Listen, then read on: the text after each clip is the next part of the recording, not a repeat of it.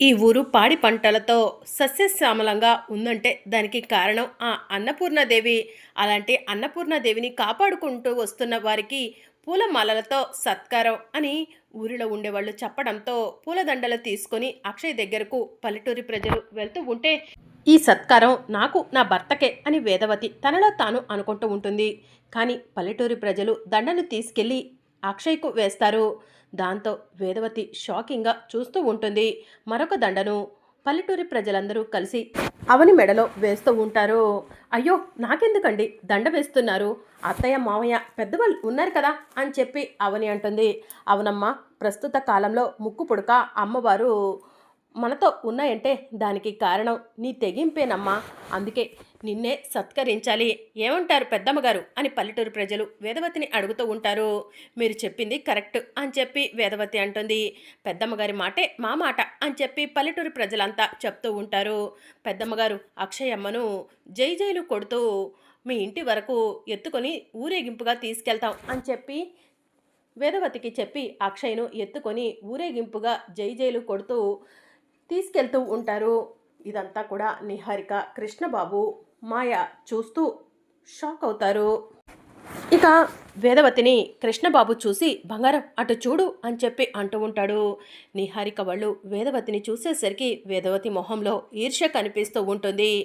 ఇంకా ప్రసాదరావు వేదవతి దగ్గరకు వెళ్ళి వేద వేద ఏం చేస్తున్నావు అని అడుగుతూ ఉంటాడు. ఏం లేదండి అని చెప్పి వేదవతి అంటూ ఉంటుంది. సరే పద వెళ్దాం అని చెప్పి ప్రసాదరావు వేదవతిని తీసుకొని అక్కడి నుంచి వెళ్తూ ఉంటాడు. ఇక మరోవైపు నిహారిక, మాయ, వసంత ముగ్గురు కలిసి గుడి నుంచి బయటకు వెళ్తూ ఉంటారు. మాయా, నువ్వొకటి గమనించావా? అక్షయ్ను అందరూ కూడా జైజైలు కొడుతూ ఎత్తుకొని వెళ్తుంటే అత్తయ్య గారి మొహంలో ఈర్ష్య కనిపించింది అని చెప్పి నిహారిక అడుగుతూ ఉంటుంది. నాకు ఒళ్ళంతా కల్లే, నేనెందుకు గమనించకుండా ఉంటాను అని చెప్పి మాయ నిహారికతో చెప్తూ ఉంటుంది.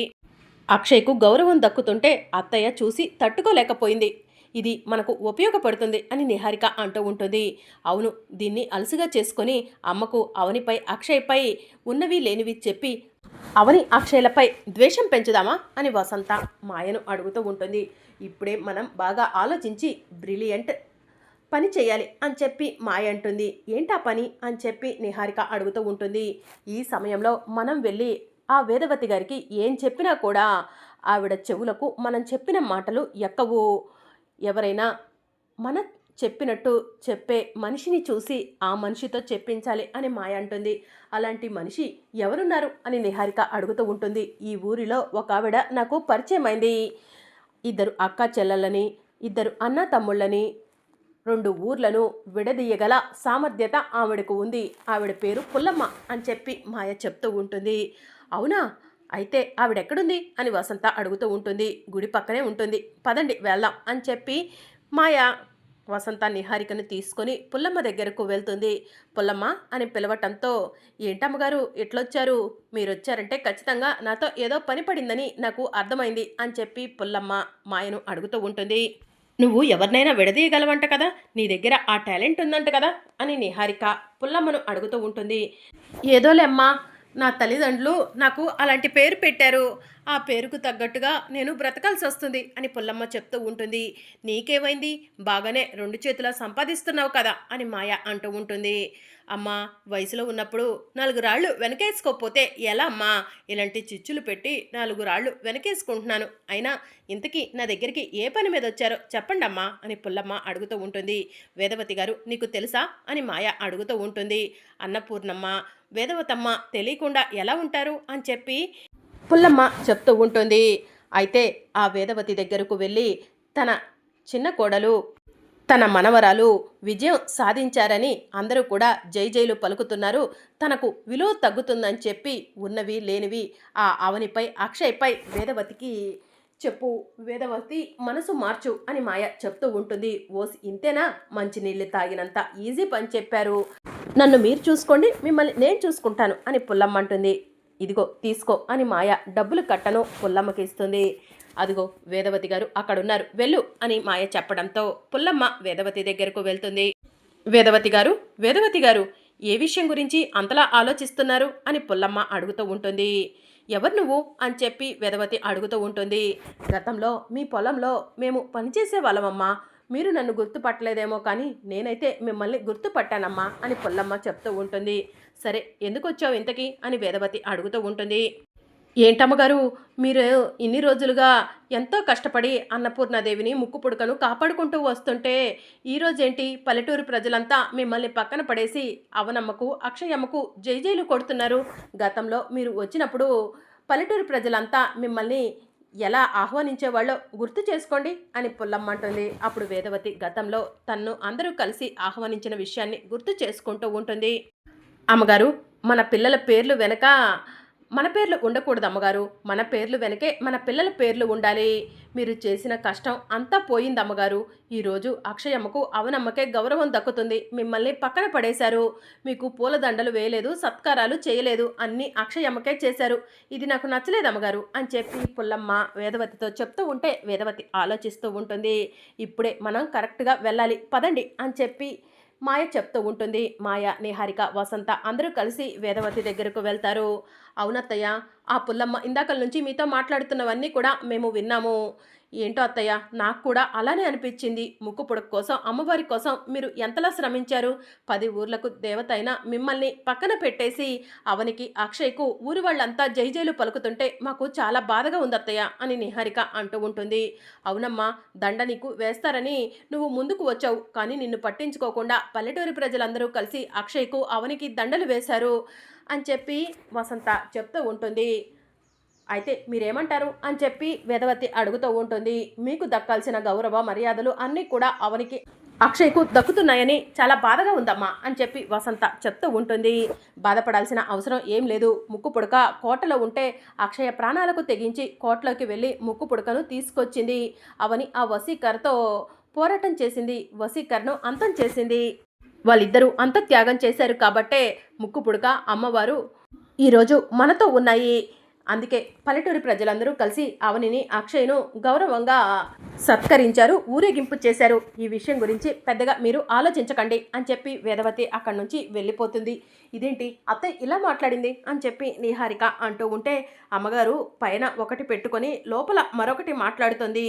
అగ్నిపర్వతం బద్దలవ్వటానికి సిద్ధంగా ఉన్నట్టు అమ్మగారిని చూస్తే అనిపించింది అని చెప్పి పుల్లమ్మ, నిహారిక, వసంత మాయలకు చెప్తూ ఉంటుంది. మరోవైపు అక్షయ్ ఒంటరిగా కూర్చొని ఉంటుంది. నాగమ్మ, చిలకమ్మ అక్షయ్ దగ్గరకు వస్తాయి. మీకోసమే ఎదురు చూస్తున్నాను. అమ్మ వశీకరణను అంతం చేసేసింది. నేను కోట్ల నుంచి ముక్కు పుడకను తీసుకొచ్చేశాను. మా కోసం మీరు కూడా చాలానే కష్టపడ్డారు. మీ ప్రాణాలకు తెగించి కూడా మీరు కోట్లోకి వెళ్ళాలనుకున్నారు. ఏది ఏమైతే ఏంటి, మనం పల్లెటూరికి వచ్చిన పని పూర్తయిపోయింది. రేపో ఎల్లుండో మేము కూడా సిటీకి బయలుదేరతాము. మేము మీకు ఎప్పటికీ రుణపడి ఉంటాము. కృతజ్ఞత తెలియజేస్తున్నాను చిలకమ్మ, నాగమ్మ. మీరు ఇక సిటీకి బయలుదేరండి అని అక్షయ్ చెప్తూ ఉంటుంది. ఇక నాగమ్మ, చిలకమ్మ ఇద్దరు కూడా అక్కడి నుంచి వెళ్ళిపోతారు. ఇక మరోవైపు అవని అన్నపూర్ణాదేవి విగ్రహం దగ్గరకు వెళ్తుంది. అమ్మ అన్నపూర్ణాదేవి, వశీకరణను అంతం చేశాను. నా కూతురు అక్షయ నా అత్తలాంటి జాతకం కలిగింది కాబట్టి కోట్ల నుంచి ముక్కు పుడకను బయటికి తీసుకురాగలిగింది. ఇక మా ఊరు సంతోషంగా ఉంటుంది. మా అత్త జాతకం కలిగిన నా కూతుర్ని ఎప్పుడూ సంతోషంగా ఉండేలా చెయ్యి. నాకు నా కూతురికి ఎప్పుడూ కూడా నువ్వు అండగా ఉండు తల్లి. ముక్కు పుడక అమ్మవారు బాధ్యతలను నువ్వు నాకు అప్పగించినట్టు అనిపిస్తుంది. మా చేత అమ్మవారి విగ్రహాన్ని, ముక్కు పుడకను ఎప్పటికప్పుడు కాపాడుకుంటూ వస్తున్నావు.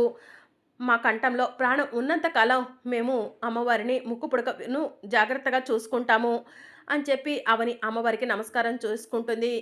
నా కూతురు సంతోషంగా ఉండేలా చూడు తల్లి అని అవని మనసులో అమ్మవారికి మొక్కుకొని అమ్మవారి విగ్రహానికి హారతిస్తూ ఉంటే హారతి ఆరిపోతుంది.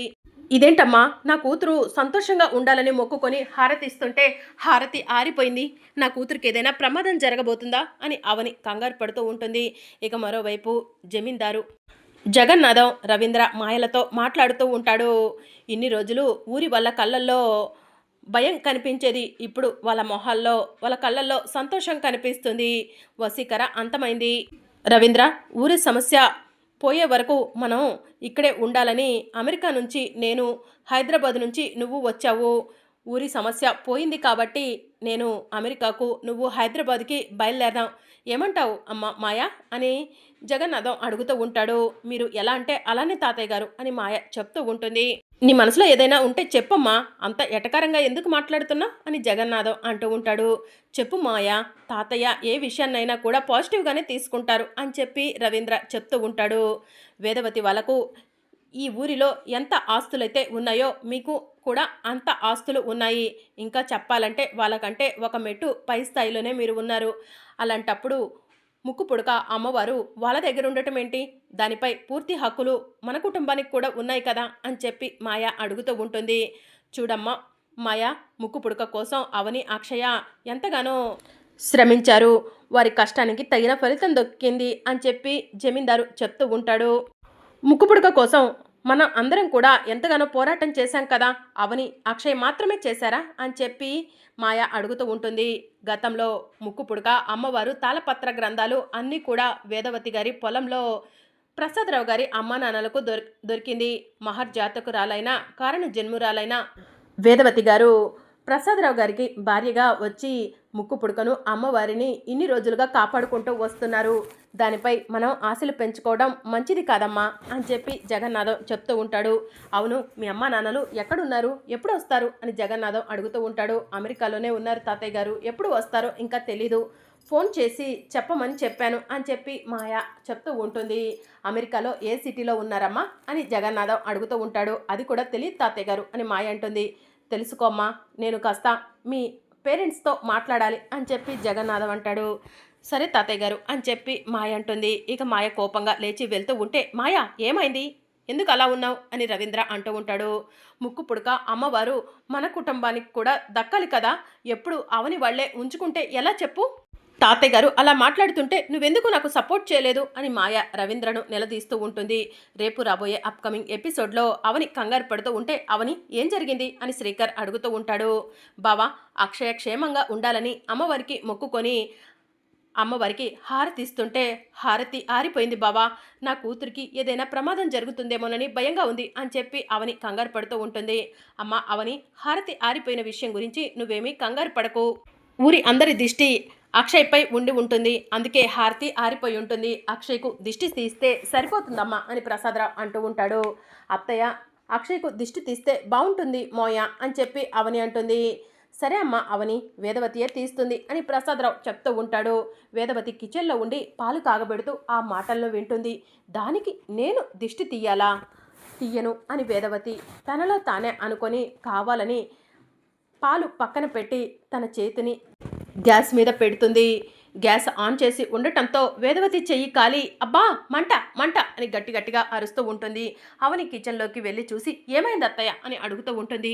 చెయ్యి కాలింది అవని అని వేదవతి అంటుంది. మీరు ఏదో విషయం గురించి ఆలోచిస్తున్నారు అత్తయ్య, అందుకే మీ చెయ్యి కాలినట్టుంది అని అవని అంటుంది. రేపు రాబోయే అప్కమింగ్ ఎపిసోడ్ కోసం